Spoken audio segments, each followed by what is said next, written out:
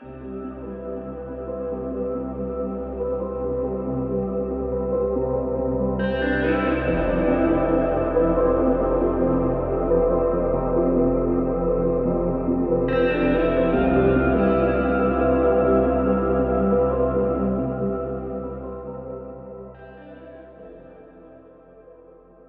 guys, doing a little series here. I thought it would be fun. I am building my first bike from, ground up, and I was like, maybe I should record it. So if you look behind me, there's a Ragley Big Owl 2021 frame, and I'm going through and, buying every piece and component. I bought a Shimano group set. I bought carbon bars for it, buying Hunt wheels, kind of going through, first time ever doing any of this, so cut me a little bit of slack if I maybe do something a little bit wrong or if I make a mistake. If anything, I appreciate if you, point it out, but don't be a jerk. Constructive criticism is always helpful, but being a jerk is not. So, I appreciate any help you guys have, but I have a couple things missing from the bike, but I want to open up the video with, maybe a couple episodes, but this one will be, kind of getting the wheels on, getting the drivetrain kind of assembled, and showing you the steps of me going through and building this bike the first time I've ever built one. Maybe it's useful for some of you people who are building a bike as well and you've never done it. So my buddy Nathan has been helping me out greatly with this. He's from Utah. He's ridden bikes his whole life. He was a bike mechanic for a bit. So I'm going to go through and show you my struggle of assembling a just bought frame with no components and figuring out how it works and getting it set up. So this first video is just kind of an introduction to the whole series, showing you the frame, showing you the components that I have now. I'm missing a fork. I've been trying to find a used RockShox Pike 140 millimeter. I would really like a Charger 3 if I could. Wishful right there, because I don't want to really spend over $450, $500 for a Pike Ultimate. There's a couple out there on Pink Bike, but I just haven't made the purchase yet. But I'm going to go ahead and show you a couple of the components here and, put some music over it and start working on this thing. So thanks for watching, and, hopefully you follow along with the Ragley build. So the wheels here that I got are a Hunt Enduro Wide V1s, which are the 60-tooth 3-inch hub, if I recall correctly. So it's a 6-pawl 3-inch free hub. Now when I bought this, I bought it used off of Daniel Kruger, local guy. Wait, no, he wasn't. He was up in Michigan or Wisconsin, if I remember. He had these. He used them for, I think he said, like a season or two. They look immaculate. I bought them used, but the problem is they had an XD driver on it. And I did not buy a SRAM, 12-speed. I had to go microspline. I bought a mix of Dior XT and Dior drivetrain components. But I'll go over all that a little bit later. So these wheels are super interesting to me because they have super high engagement and they're really cheap. So I paid him, I think it was like $400 shipped for the wheel set. And they look super brand new. They have rim tape on them for tubeless. I just had to go to Hunt's website and buy the replacement for the V1 hub, free hub body. But I mean, they're super sick. I mean,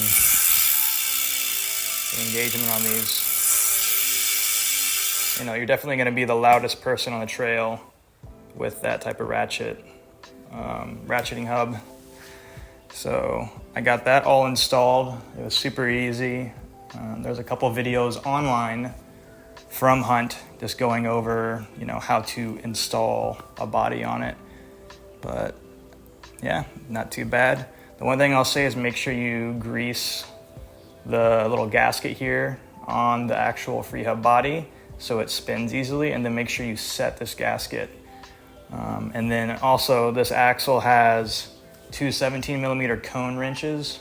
So make sure you have two 17s. You might be able to get away with an 18 on one side to tighten it to 8 Newton meters, or decently hand tight, not torquing on it, but just snug it. So that wheel's all set up. I have the matching front wheel in the background over there, but I'm super excited to get these on. It's gonna be sick. It's gonna be way better than my stump jumper that you see in the background. This whole hardtail will be better components than my stump jumper. So super cool, super cool. Okay, so for bars and stem, what I've done after a bit of research, I was looking for something that was a little bit more compliant. And since it's a hardtail, I'm like, I'm trying to do my best to find compliancy where I can, where it's not super expensive. So I ended up with the 1UP carbon bars because of their unique oval shape that goes through this section on the bar here, which has been tested and shown by them to add compliancy to, help eliminate, I guess, like arm pump and, fatiguing your wrists. So that's what I went with here. This is a 35 mil rise, I believe. And I also have a Bergtech Enduro stem, which is the 42.5 version of that. So I'm pretty excited. These are my first carbon bars I've ever had. So I'm gonna stick these on, see how they feel. Maybe I'll put them on my stump jumper too, because this build will take a little bit to complete over these episodes. I don't have unlimited money to go out and just buy bike parts. I wish I did. If I did, I'd be homeless. But the bars are super cool and super lightweight, and I'm excited to see like how different they are compared to aluminum bars that I've used and friends' bikes that I've ridden that are different bars. So very cool, very excited. Okay, so getting into the drivetrain now.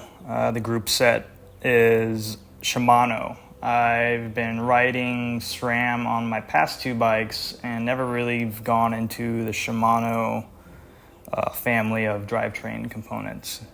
So here we're starting with the crank and the chain ring. These cranks are Dior, so this whole crank assembly is Dior, but they're 170 arms, and then it has the 32 tooth chain ring here, and this is Hollowtech 2. And I got a killer deal on this group set. Cassette, chain, cranks, chain ring, derailleur, shifter, $200 shipped.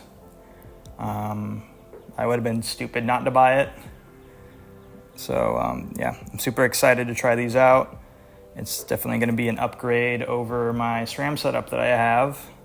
So I'm excited to try it out and share the experience and let you guys know how it is. So talking about the cassette I went with, this is a Shimano 6100 Dior 12-speed 10 to 51 tooth cassette. So this came with the bundle of all the other stuff I bought, which is a mix of 6100 and 8100 parts. So really excellent kit, I think, for what this bike will be. I don't need super lightweight stuff. I don't really chase weight on bikes. I know a lot of people do. It's an aluminum frame. We're in Florida. I'm not too worried. It's supposed to be slightly more of a budget build. But I think this one, the 6100 still has Hyperglide, if I'm thinking correctly. Correct me if I'm wrong. I'm still very much new into a lot of the Shimano terminology.